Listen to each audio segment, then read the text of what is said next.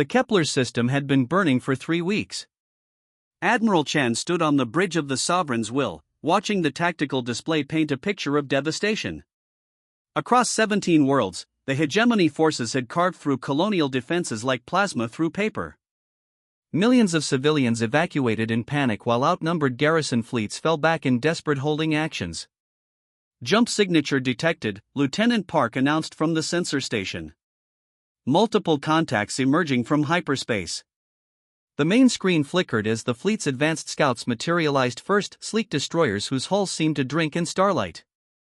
Behind them came the cruiser squadrons, their angular forms bristling with weapon arrays that hummed with barely contained energy. Then the battleships emerged, each one a kilometer of reinforced titanium and concentrated firepower that could glass a continent. But it was the final arrival that sent ripples of awe through both fleets.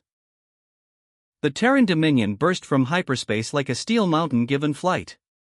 At 3 kilometers long, the flagship dwarfed everything else in the system.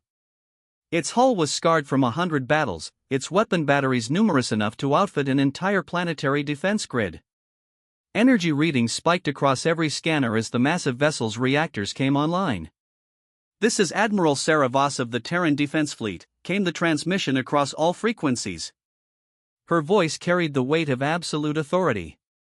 "Hegemony forces, you have exactly 30 seconds to begin withdrawal from this system before we demonstrate why humans earned their place among the galactic powers."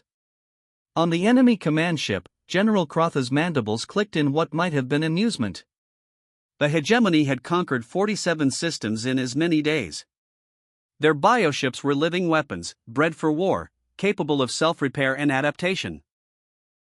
Each vessel pulsed with organic menace, their chitinous hulls gleaming wet in the system's pale light. "Humans," Croft hissed to his bridge crew.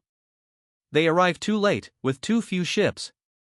We are 700 strong. They number perhaps 60. The 30 seconds elapsed in silence. "Very well," Admiral Voss said simply. "All ships, execute Phoenix Protocol." What happened next would be analyzed in military academies for decades. The human fleet didn't charge or maneuver for advantage. Instead, they simply opened fire.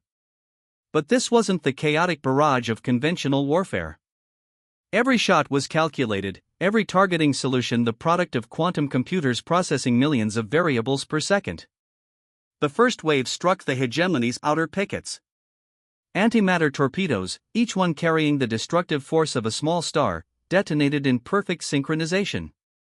The bioships adaptive armor began to respond, hardening against the energy patterns only to be struck by the second wave, using entirely different frequencies and delivery methods. Particle beams lanced out from the human battleships, each beam precisely calibrated to disrupt the neural networks that controlled the hegemony vessels.